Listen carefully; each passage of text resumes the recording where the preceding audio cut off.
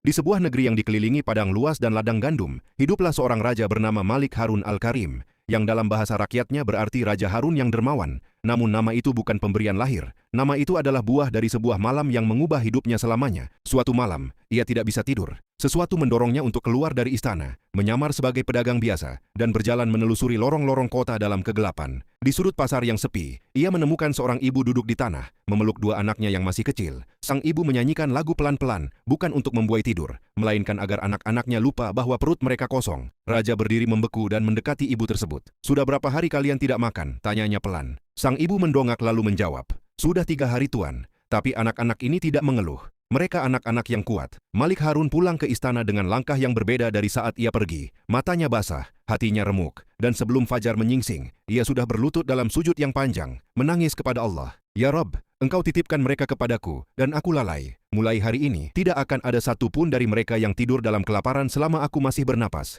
Keesokan harinya, Malik Harun mengumpulkan seluruh menteri dan pembesar kerajaan. Mereka mengira akan ada pengumuman perang. Yang mereka dengar justru membuat mereka tertegun. Mulai besok, kerajaan akan menyediakan makan untuk seluruh rakyat. Tidak ada seorang pun yang tidak mendapat bagiannya. Mendengar itu, Menteri Keuangan berdiri gugup. "Baginda, anggaran kerajaan tidak akan cukup. Ini akan menguras perbendaharaan dalam setahun. Berapa banyak emas yang tersimpan di gudang bawah istana?" "Banyak sekali Baginda," jawab menteri. "Dan berapa banyak emas yang bisa dimakan oleh seorang anak yang lapar?" "Keluarkan emasnya, bangun dapurnya mulai besok." Maka dibangunlah dapur besar kerajaan. Bukan satu, melainkan di setiap penjuru kota dan desa. Ketika matahari mulai naik, meja-meja panjang sudah tersaji dengan makanan hangat. Tidak ada yang ditanya asal-usulnya. Tidak ada yang diminta membayar. Setiap Jumat, Malik Harun melakukan sesuatu yang tidak pernah dilakukan raja manapun sebelumnya. Ia datang sendiri ke dapur rakyat. Bukan untuk dilihat, bukan untuk dipuji. Ia ikut mengangkat kuali. Ia ikut menyendok nasi ke piring-piring. Ia duduk bersama rakyatnya di meja yang sama, makan dari piring yang sama. Pada tahun ke-7 pemerintahannya, ujian besar datang. Kemarau panjang melanda negeri, ladang-ladang mengering, sungai menyusut, panen gagal hampir di seluruh wilayah. Menteri-menteri datang menghadap dengan wajah pucat.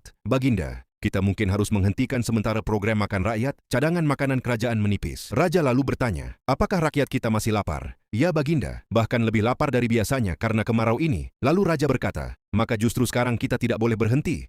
Potong separuh gajinya dan potong juga gajiku, tapi jangan potong makanan rakyat." Para menteri tertunduk, beberapa di antara mereka menangis tanpa bisa ditahan. Ketika Malik Harun Al-Karim wafat di usia tua, seluruh negeri berkabung 3 hari 3 malam. Di kamarnya ditemukan sebuah buku kecil usang. Setiap malam, ia menulis berapa orang yang makan hari ini. Di halaman terakhir, ditemukan sebuah catatan yang berbunyi, "Aku tidak tahu apakah aku sudah cukup berbuat. Yang aku tahu, aku sudah mencoba. Sisanya hanya Engkau yang menilai ya Allah." Dan kebiasaan memberi makan itu terus hidup turun-temurun, dari tangan ke tangan dan dari hati ke hati.